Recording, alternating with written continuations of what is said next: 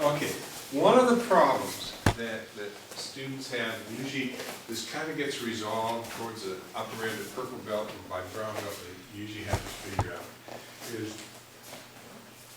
how do I do basic techniques, hip throw, tai tosh, if the person's right foot is either back or forward? Because in some videos, when a person hits, they move the foot forward.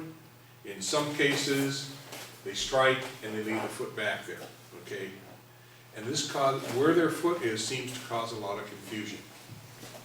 Okay, so how do I do a hip throw? How do I do a tai tosh? And it really doesn't matter where his feet are, okay? A real simple solution, if he doesn't step forward and you're coming in for a throw, is you simply pull him forward. And that will cause him to bring his foot forward. Okay, that's an off-balancing or he wasn't, or kazushi, whatever you're breaking his kazushi.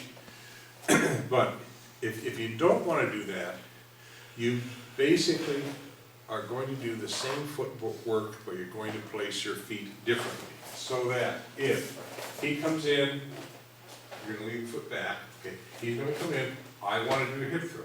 So I'm simply going to come in so that I can do a hip throw. Okay, I'm keeping myself in the same plane as his body, okay, as his hips are. Okay, his hips are not straight forward this way, his hips are at an angle that way. So when I come in, I have to come in so that my hips are parallel to his hips. Okay, if he steps forward here, okay, which way is he facing? He's facing that way. So I have to come in and face the same direction he is facing. So your x-axis is parallel to his x-axis? Yes. And the z-axis is parallel. Okay.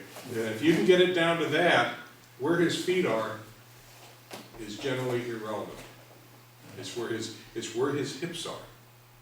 Okay. For tai tosh, drop throw, he's going to come in. If he keeps his foot back, I'm going to come in, step, and I have to step in deeply. Right foot's right next to his foot, and I'm here to do a tai tosh. Okay? If, on the other hand, he steps forward, okay, in that case, I have to now step to his left and swing around more. Okay, because I have to have my x and y axis parallel to his. Okay?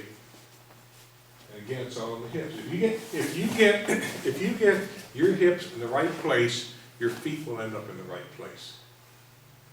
Okay, so it doesn't matter whether his right foot is back, or it's even, or it's forward.